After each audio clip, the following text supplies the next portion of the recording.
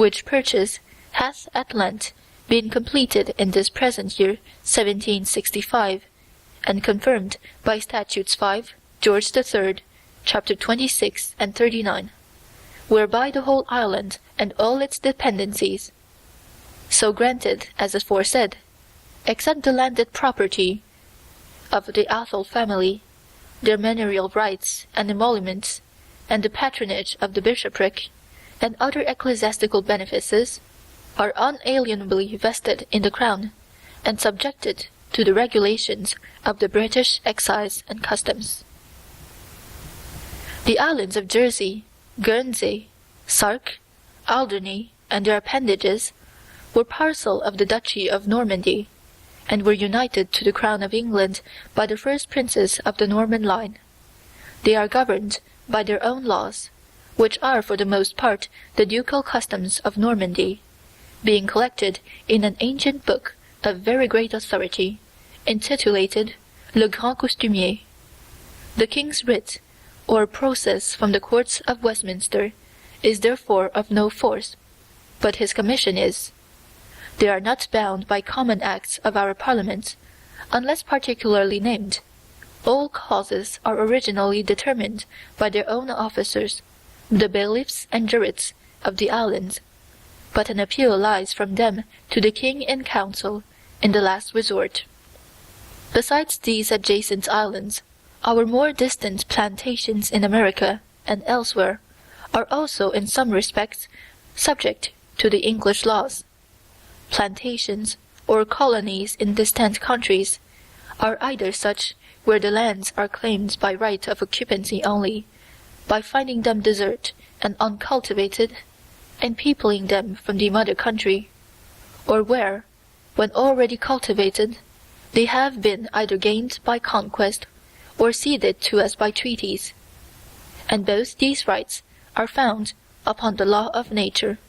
or at least upon that of nations. But there is a difference between these two species of colonies with respect to the laws by which they are bound,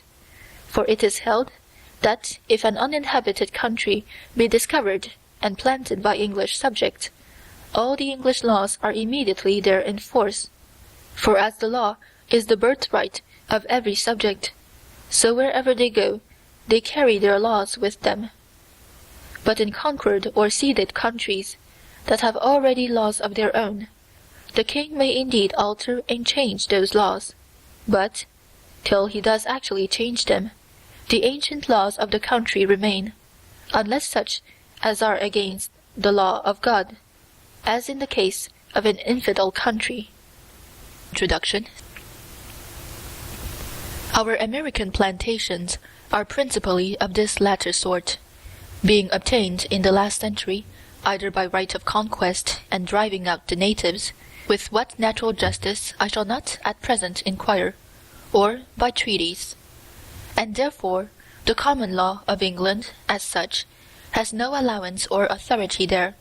they being no part of the mother country, but distinct, though dependent, dominions. They are subject, however, to the control of the Parliament,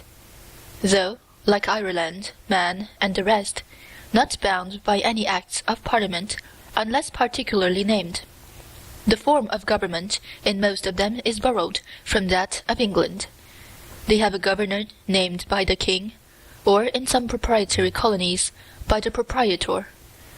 who is his representative or deputy. They have courts of justice of their own, from whose decisions an appeal lies to the king in council here in England. Their assemblies, which are their House of Commons, together with their Council of State being their upper house, with the concurrence of the king or his representative, the governor,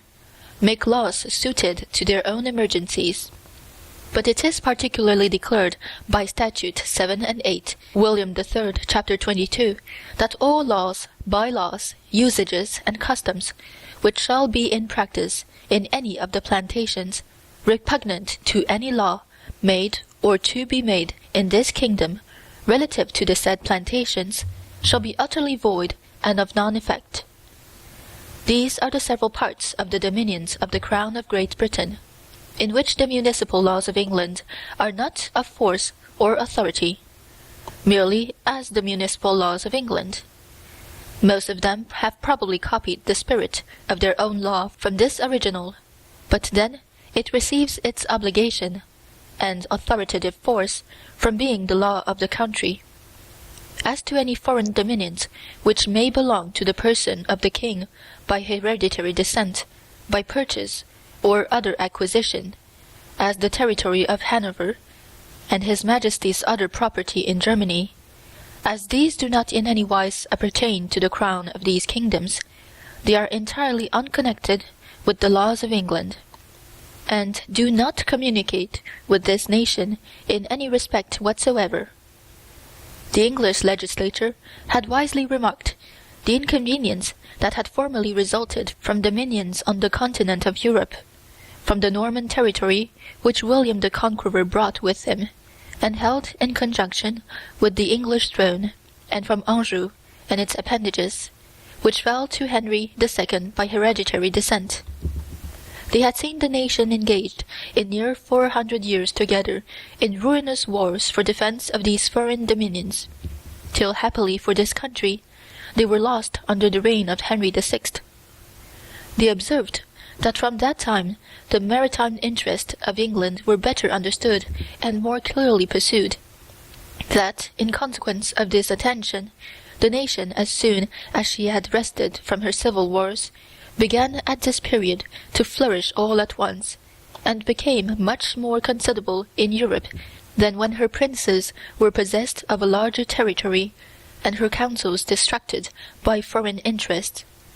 The experience and these considerations gave birth to a conditional clause in the Act of Settlement, which vested in the Crown, in His present Majesty's illustrious house, that in case the crown and imperial dignity of this realm shall hereafter come to any person not being a native of this kingdom of England, this nation shall not be obliged to engage in any war for the defence of any dominions or territories which do not belong to the crown of England, without consent of Parliament." We come now to consider the kingdom of England in particular, the direct and immediate subject of those laws, concerning which we are to treat in the ensuing Commentaries. And this comprehends not only Wales, of which enough has been already said, but also part of the sea. The main or high seas are part of the realm of England, for thereon our courts of admiralty have jurisdiction, as will be shown hereafter, but they are not subject to the common law. This main sea begins at the low water mark, but between the high water mark and the low water mark, where the sea ebbs and flows, the common law and the admiralty have divisum imperium, an alternate jurisdiction, upon the water, when it is full sea, the other upon the land, when it is an ebb. The territory of England is liable to two divisions, the one ecclesiastical, the other civil. 1. The ecclesiastical division is, primarily, into two provinces, those of Canterbury and York. A province is the circuit of an archbishop's jurisdiction. Each province contains diverse dioceses, or sees of suffragan bishops, whereof Canterbury includes 21, and York 3. Besides the bishopric of the Isle of Man, which was annexed to the province of York by King Henry VIII, every diocese is divided into archdeaconries, whereof there are 60 in all, each archdeaconry into rural deaneries, which are the circuit of the archdeacons and rural deans' jurisdiction, of whom hereafter, and every deanery is divided into parishes. A parish is that circuit of ground in which the souls under the care of one parson or vicar do inhabit. These are computed to be near 10,000 in number. How ancient the division of parishes is may at present be difficult to ascertain, for it seems to be agreed on all hands that in the early ages of Christianity in this island parishes were unknown, or at least signified the same that a diocese does now.